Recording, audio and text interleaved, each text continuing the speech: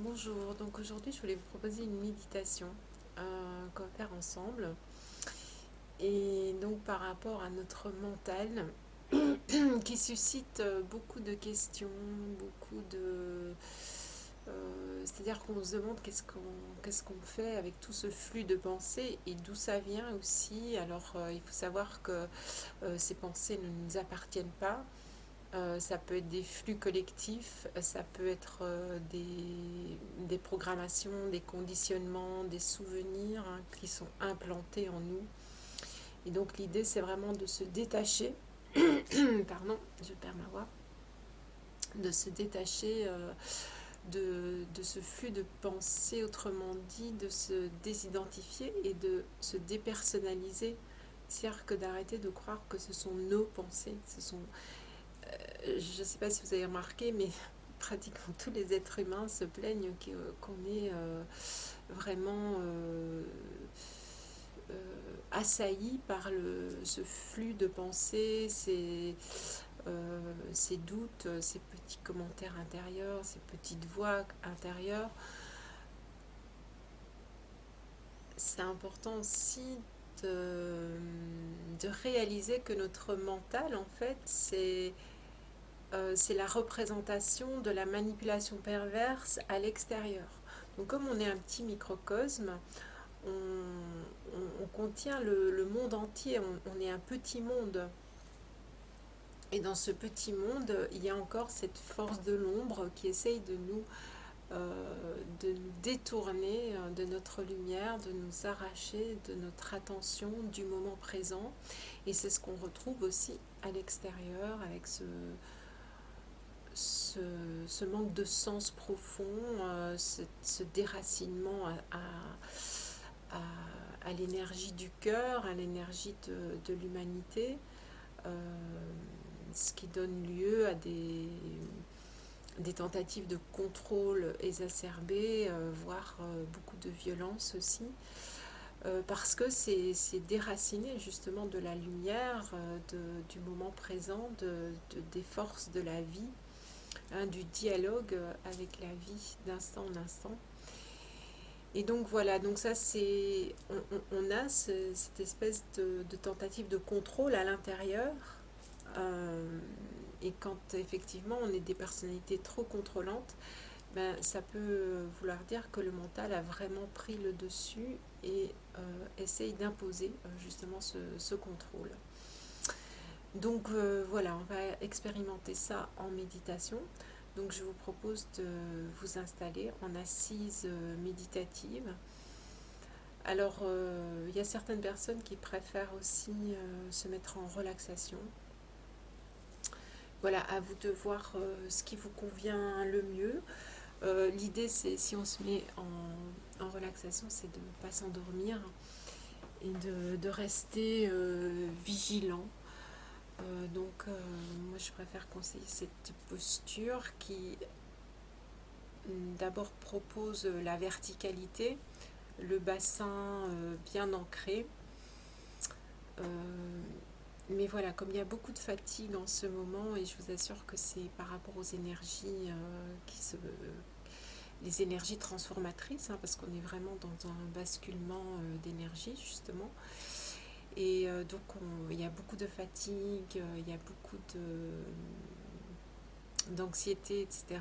Donc c'est pour ça que je vous laisse le choix de la position. Alors, donc quelle que soit notre position, on va prendre conscience du mouvement respiratoire, c'est-à-dire qu'on va inspirer pleinement, expirer pleinement, donner de l'ampleur, de l'amplitude dans notre bassin. Alors n'oublie pas que si on est vraiment dans cette énergie de lumière, du cœur, on est dans le laisser-faire. Donc on laisse le corps à son rythme.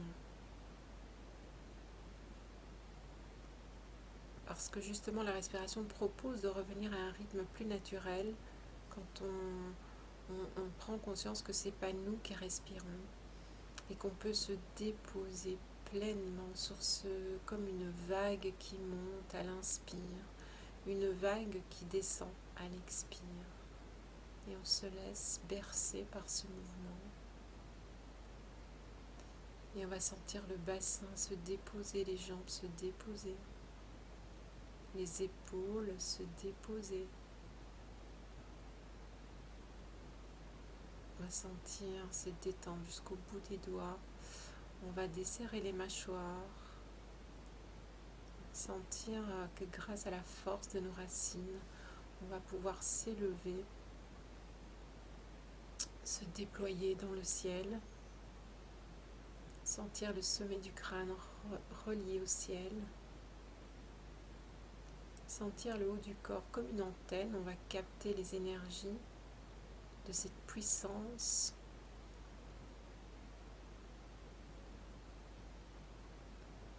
Comme si on pouvait capter une lumière avec le haut du corps, tout en restant bien enraciné sur la terre. Et là aussi un échange énergétique entre le corps et la terre. En fait, on reçoit plein d'énergie, il suffit de s'ouvrir, de se rendre disponible, de se déconnecter justement de notre mental.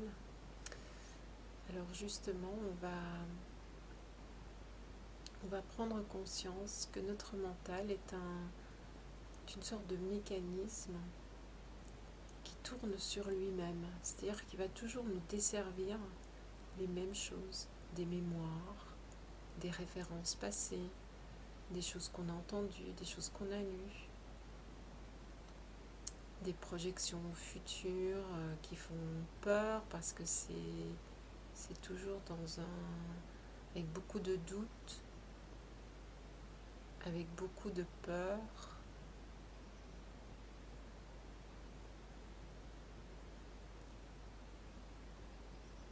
Savoir aussi que c'est une sorte d'hypnotisme, c'est-à-dire que le mental va nous desservir des choses de plus en plus subtiles, c'est-à-dire des choses qui sont censées nous intéresser. Et du coup, on va se laisser happer par ce mouvement qui nous saisit en fait, qui nous tire, qui nous retire de notre pleine conscience, du moment présent, de notre lumière, de notre vraie puissance en fait.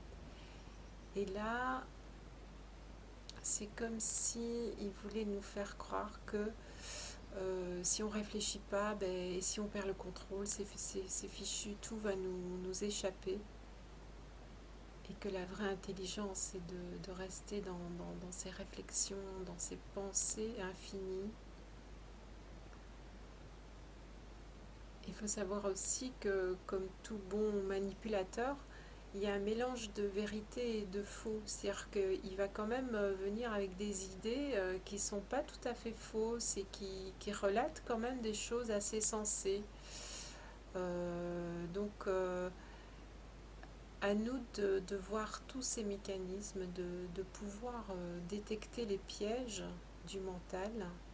Et surtout, il y a l'habitude aussi, parce qu'on a bien nourri ce mental, on a bien nourri cet asservissement à notre cerveau gauche. Et donc, on va voir aussi le piège de l'habitude, d'avoir l'habitude de rentrer dans les pensées et de partir dans ce qui est proposé, dans les petits discours intérieurs. Et puis là, on va déjà prendre conscience de toutes ces stratégies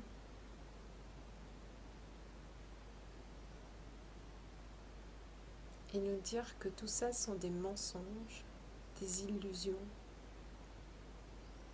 des conditionnements, des programmations, des croyances. Alors n'oubliez pas que on a subi ça pendant des siècles. Pendant des siècles, il y a eu cette tentative de conditionnement, d'oubli. C'est-à-dire qu'on a voulu étouffer, on a voulu étouffer le mystère, la vraie puissance, la vraie intelligence. On a voulu aussi étouffer le fait de, de se sentir justement dans cette puissance, dans cette force. Et donc on a remis notre pouvoir à l'extérieur. Et le mental en nous, c'est comme si c'était une force extérieure. Donc revenir dans notre centre, dans notre intériorité, dans notre puissance.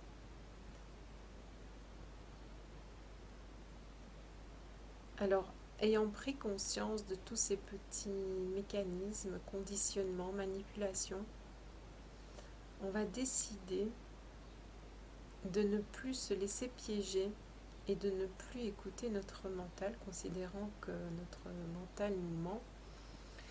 Et on va s'adresser à notre mental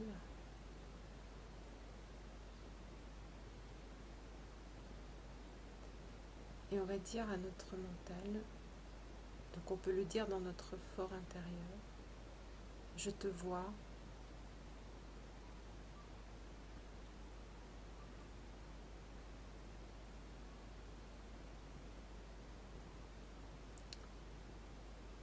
je sais que tu es la représentation d'un prédateur, de la manipulation, de la tentation.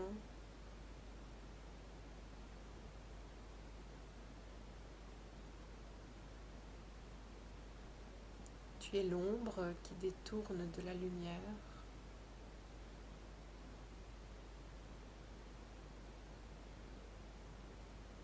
Tu mélanges la vérité au mensonge pour tromper.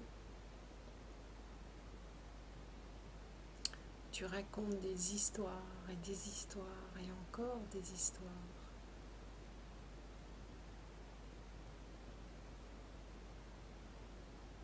Mais j'ai décidé de ne plus t'écouter, de ne plus emprunter les chemins de l'ombre, de ne plus écouter mes peurs, de ne plus écouter mes doutes,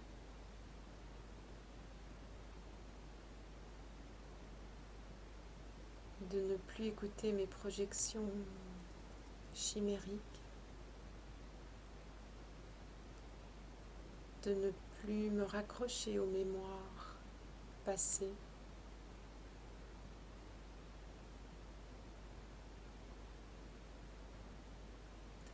Je sais que tout ça est un mensonge, une illusion, qui ne peut que m'empêtrer dans le malheur et la vision fausse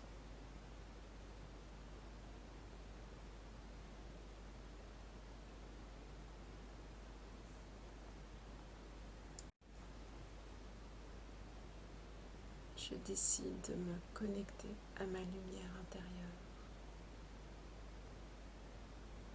à ma vérité de qui je suis, à la force de l'instant présent.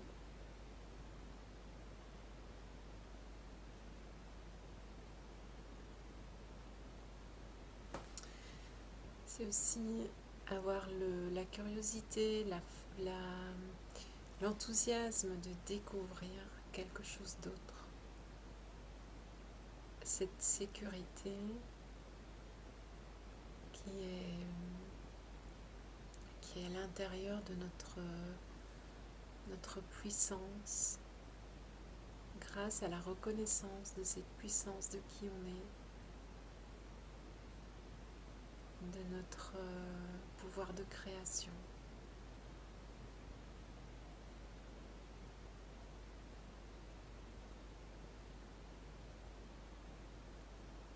De savoir qu'on est la source, qu'on est l'univers tout entier, qu'on n'est pas séparé. Le mental veut toujours séparer, c'est-à-dire qu'il crée des ennemis, il crée la séparation, comme on le voit à l'extérieur aussi. Et là, il y a vraiment cette reconnaissance de l'unité.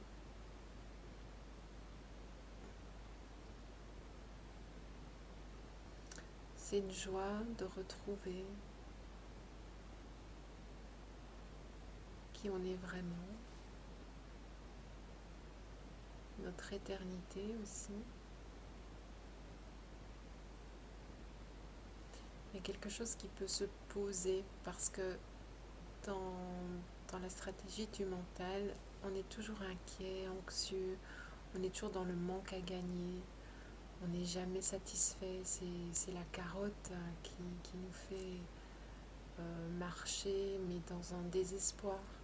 Et là, on revient vraiment à cette présence, ce champ infini des possibles, cette joie de l'instant qui n'a aucune cause extérieure. On reprend justement tout le pouvoir qu'on a mis à l'extérieur et on redevient souverain, gouverneur de notre propre vie, parce qu'on est la vie. Il y a vraiment, comme dirait Guylaine Lanto, cette espèce de renversement, c'est-à-dire au lieu de donner notre pouvoir à un gouvernement extérieur, fallacieux, on revient à un gouvernement intérieur. On est dans l'énergie du cœur. Alors on peut visualiser justement un axe lumineux qui nous traverse. Et cet axe va très très profondément dans la terre, très très haut dans le ciel.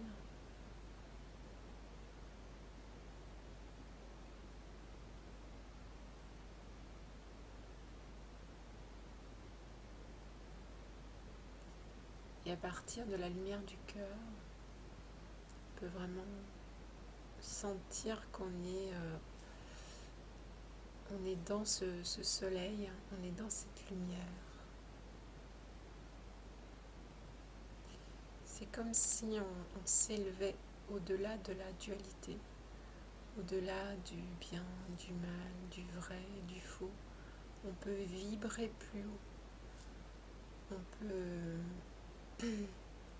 être vraiment dans cette fréquence qui dépasse la dualité, les confrontations, les oppositions, les conflits, les rapports de force. Sentir que cette lumière englobe tout, embrasse tout,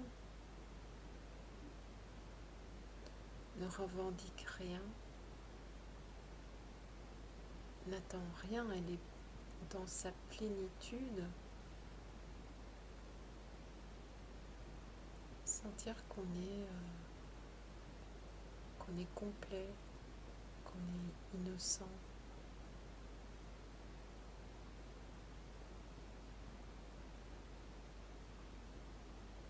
À nous de choisir clairement le mensonge ou la vérité de qui on est, la peur ou l'amour, la sécurité illusoire ou la liberté.